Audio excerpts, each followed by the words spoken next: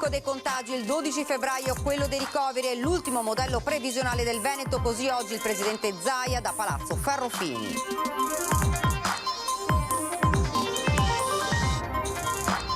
Gente in coda fino a 6 ore in attesa di fare un tampone all'ospedale Giustinian di Venezia, tra caos e disagi. Il nostro reportage questa mattina a Dorsoduro.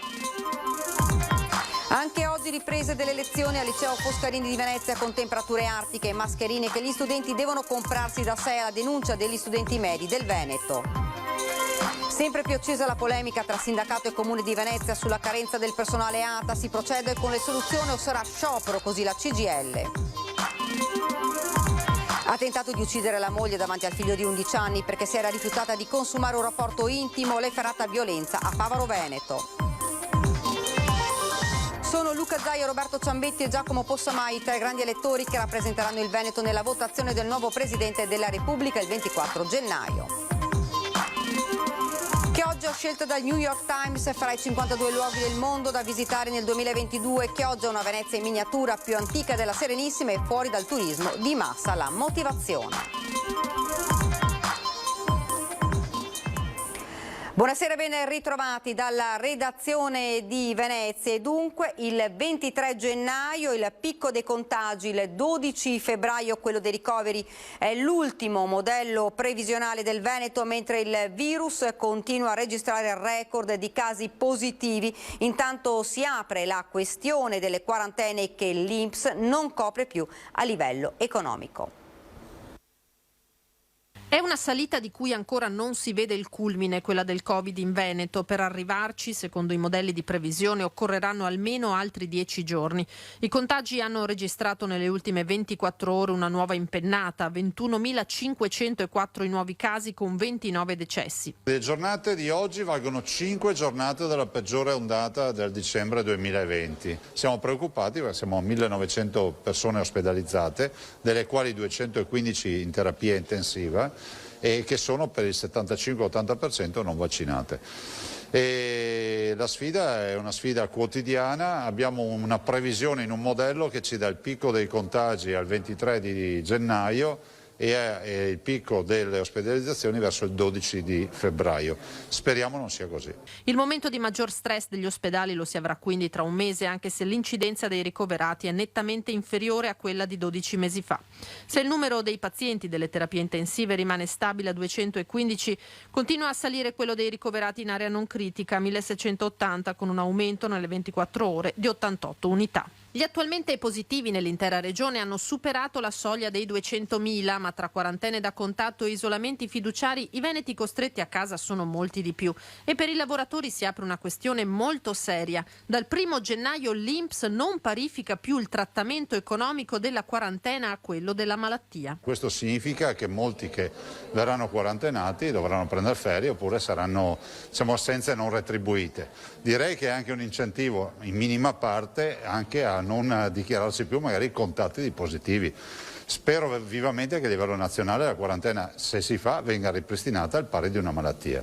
Zaia non esita a sottolineare come questo sia allo stato attuale il più grosso problema in campo, ribadendo l'invito al governo a rifinanziare la copertura dei periodi di assenza dal lavoro causa Covid. Anche oggi lunghe code all'unico punto tampone di Venezia, l'ospedale Giustinian di Dorsoduro. In conferenza dei sindaci l'ULSS 3 annuncia l'apertura di nuovi punti e soluzioni ad hoc per le isole. Che ore sono adesso? Le 11:30. Da che ora è qua?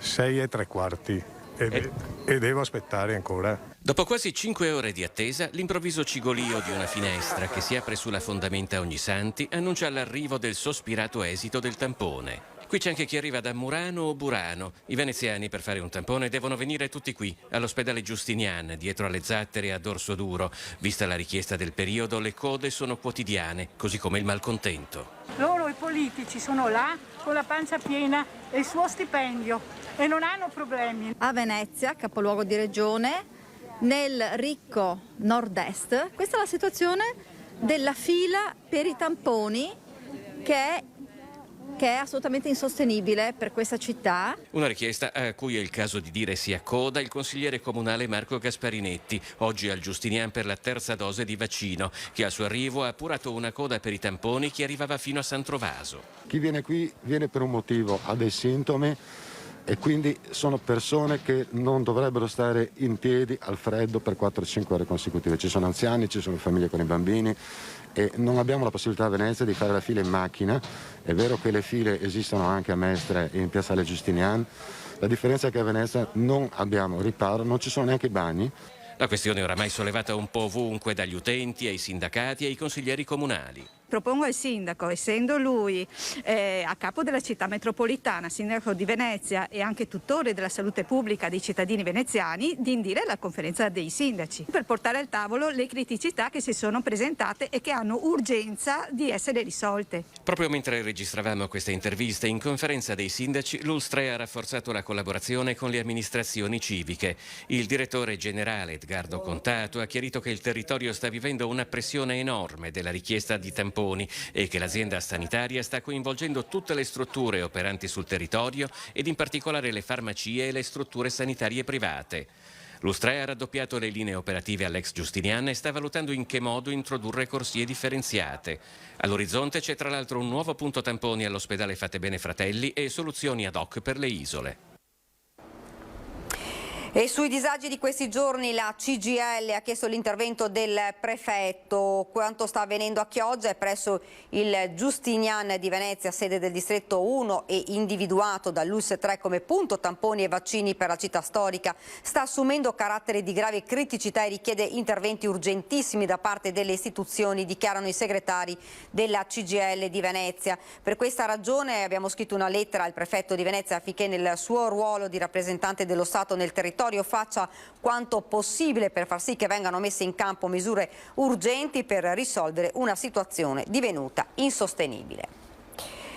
Studenti al freddo e costretti a portarsi le coperte da casa. La denuncia degli studenti medi del Veneto con il caso emerso al liceo Foscarini di Venezia. Ci è arrivata notizia e segnalazione del liceo Foscarini di Venezia questa mattina che ha registrato 12 gradi di temperatura, ben 6 in meno rispetto alla normativa nazionale che sancisce 18 gradi come temperatura minima per fare le lezioni. Anche questo è un problema di finanziamento, è un problema di ascolto, è un problema che denunciamo ancora dalle settimane precedenti alle festività di Natale. Secondo giorno di rientro artico in aula per gli studenti del liceo Foscarini di Venezia, con l'impianto di riscaldamento al di sotto della temperatura minima prevista per permettere il normale svolgimento delle lezioni. È quanto denuncia la rete degli studenti medi del Veneto. Segnalazioni analoghe giungono tristemente da tutte le province regionali, puntualizza il portavoce. Da scuole nel Padovano, nel Trevigiano e nel Vicentino. Studenti che, tengono a precisare, sono a favore della scuola in presenza, ma in sicurezza. A cominciare dai test rapidi e dagli inesistenti, sebbene promessi, dispositivi individuali. Ma anche sul fronte della gratuità di mascherine e di tamponi, che non sono state appunto date gratuitamente a studenti e alle famiglie. Investire in una scuola nuova per renderla sicura e accogliente, a cominciare da un'edilizia ancora troppo vecchia e per questo pericolosa. Ci sono stati troppi pochi passi avanti sul fronte dei trasporti pubblici, sul fronte dell'edilizia scolastica per evitare la presenza delle classi pollaio. Non basta portarsi una coperta da casa per temprarsi al freddo in classe, dice Marco, il coordinatore regionale, chiedendo un tavolo di intervento in prefettura perché vengano messe in campo misure urgenti per risolvere una situazione di grave difficoltà, dice. E chiediamo di riessere messi al centro delle priorità politiche in questo momento, per garantire la nostra didattica ma anche la nostra salute mentale. E non si placa la polemica a distanza tra il sindacato ed il comune di Venezia sulla carenza del personale alle scuole comunali. Si proceda con le soluzioni o sarà sciopero? Così la CGIL. L'assessore Besio ha dichiarato che sarebbe immorale mettere in campo forme di protesta nelle scuole in questo momento. Beh, noi diciamo che è immorale quello che sta facendo l'amministrazione comunale, perché sta lasciando sole le educatrici e le insegnanti. Accuse pesanti per parole di piombo tra sindacato e comune di Venezia ad appena 24 ore dalla riapertura delle scuole comunali. Occorre assumere personale a tempo indeterminato e non supplenze a giornata, spinge Giordano. Il personale per le quarantene, per la normativa nazionale è carente, manca nelle scuole. Non è pensabile continuare a far lavorare intere giornate le educatrici prolungando gli orari. Le assenze del personale sono temporanee, ecco spiegato il perché si è optato per la scelta supplenze giornaliere, spiega di rimando l'assessore alla scuola Besio. In relazione a esigenze che comunque rientreranno e opta per contratti determinati. La logica di chi pensa che con il denaro pubblico tutto sia concesso non ci appartiene. In realtà si tratta di una situazione irrisolta da tempo e per questo in fase di lenta sedimentazione, rigetta il sindacato. L'anno scolastico è iniziato da più di 3 mesi e noi abbiamo chiesto sin dall'inizio confronto, discussione per trovare soluzioni, a partire dal fatto che servivano e servono potenziamenti degli organici. La tensione tra le due parti monta. La mia impressione è proprio che si stia conducendo una battaglia esclusivamente politica contro questa giunta e contro questa amministrazione. La situazione è molto grave e servono delle risposte concrete. Se l'amministrazione vuole essere al fianco delle famiglie, dei cittadini, delle educatrici, degli insegnanti, del personale ausiliario, deve passare dagli annunci ai fatti concreti. Insomma, tra i due litiganti al centro le famiglie che auspicano resti aperta la voglia del confronto per trovare soluzioni a tutela dei bambini e dei genitori e nonni e zii tutti. Se le risposte non arriveranno ancora una volta, non avremo alternativa che mettere in campo sì percorsi di mobilitazione che coinvolgano le famiglie. Ed ora la cronaca: ha tentato di uccidere la moglie davanti al figlio di 11 anni perché lei si era rifiutata di consumare un rapporto intimo, l'efferata a violenza a Favaro Veneto. Ha preso la moglie a pugni in faccia, minacciandola di morte e tentando pure di soffocarla, strangolandola con le mani nude al collo. L'efferata violenza davanti al figlio di 11 anni perché lei si era rifiutata di avere un rapporto intimo con lui, completamente ubriaco. La terribile aggressione domenica a Favaro Veneto, nella notte tra domenica e lunedì 10 gennaio. Subito sul posto gli agenti delle volanti giunti in seguito alla segnalazione dei vicini, richiamati dalle forti urla. Subito allontanato d'urgenza dalla casa familiare il marito violento, che si trova ora a disposizione della Procura di Venezia. La moglie, che ha denunciato il fatto per la prima volta, sebbene in forte stato confusionale e con visibili lesioni al volto, è stata condotta presso l'ospedale dell'Angelo di Mestre per le cure del caso. Il Consiglio regionale ha scelto i 3 grandi elettori che rappresenteranno il Veneto nella votazione del nuovo Presidente della Repubblica. Sono Luca Zaia, Roberto Ciambetti e Giacomo Possamai. Votanti numero 46, hanno ottenuto voti Zaia 37, Ciambetti 36, Possamai 9, Soranzo 1.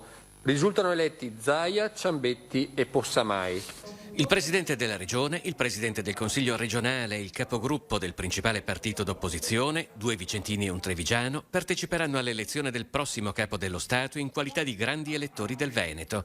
Il Parlamento è stato convocato in seduta comune per la prima votazione il 24 gennaio. Immagino che il 24 la prima votazione sarà una votazione, che non ci porterà a un'elezione, visto e considerato che il Covid imporrà una votazione al giorno, probabilmente darà vita a un 24 ore di riflessioni tra le segretarie del partito, visto e considerato che il Presidente della Repubblica lo elegge il Parlamento. Le previsioni sono difficili perché il tentativo è di convergere su un nome che possa raccogliere il maggior consenso possibile e il PD, ad esempio, non intende trattare sulla candidatura di Berlusconi. Sono schermaglie che da qua al 24 di gennaio le vedremo in tutte, declinate in tutte le maniere. È una cosa che avviene ogni 7 anni, quindi non mi sto stupendo di nulla. Capiremo, vedremo nei giorni immediatamente appunto precedenti alle prime votazioni quale sarà il vero clima.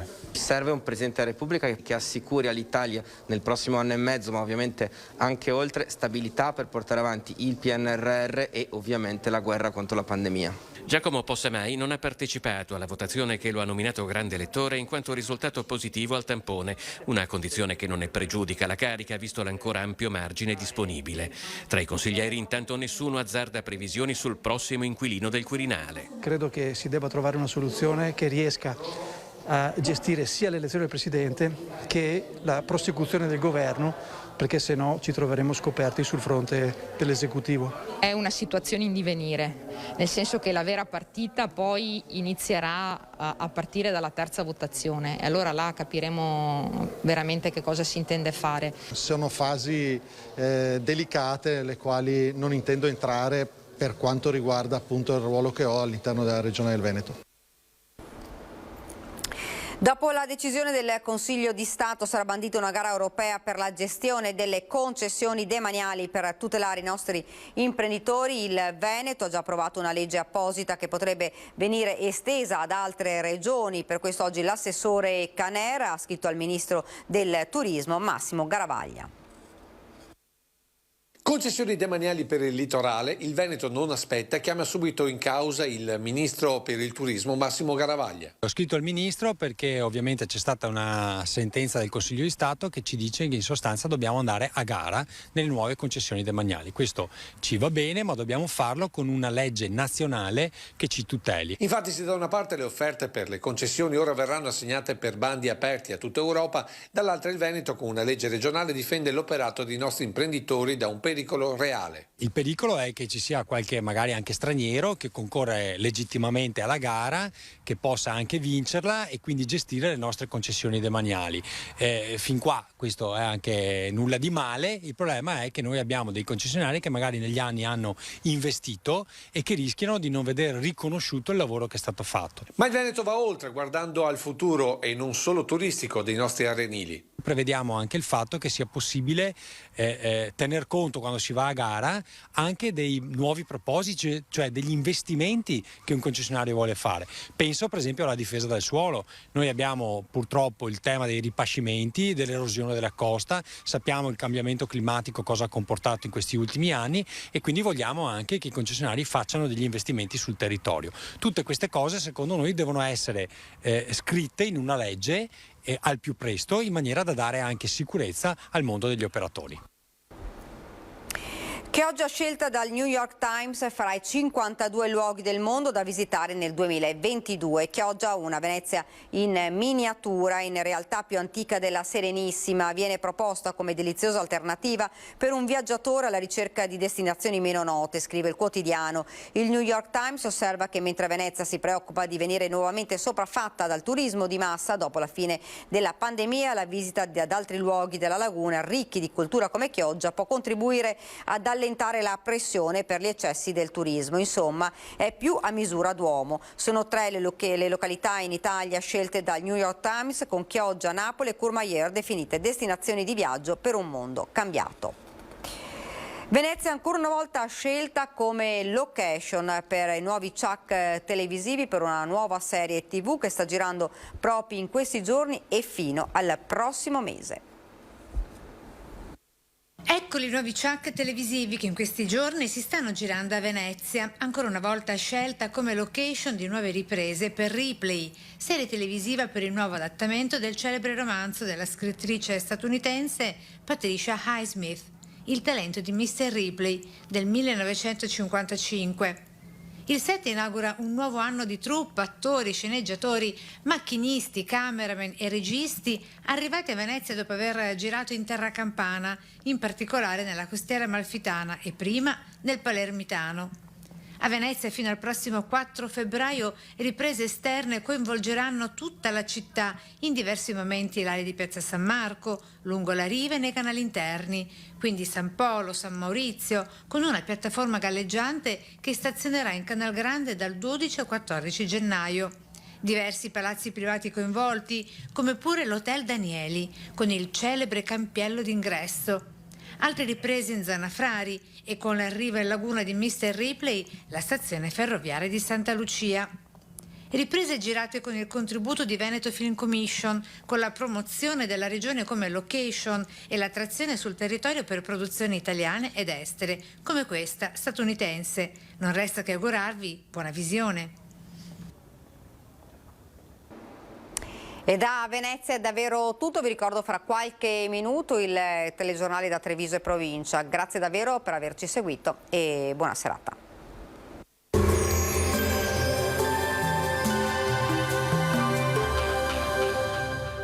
Approfitta dell'ecobonus 50% e sostituisci i tuoi serramenti. Soluzioni SRL a San Donà di Piave. Contattaci per un preventivo gratuito. Bentrovati ad un nuovo aggiornamento meteo.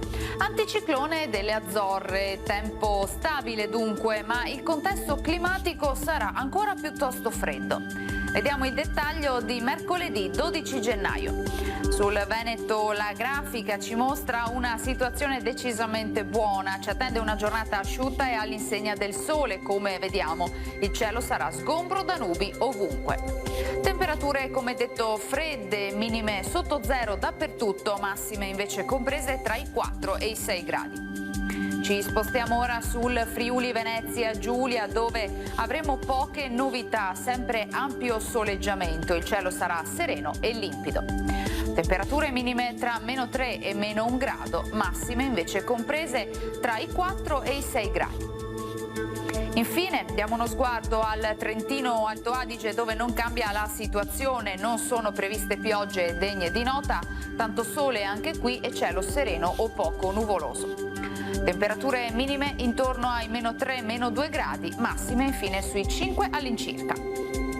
Dal meteo di Antena 3 per ora è tutto, grazie per l'attenzione e arrivederci.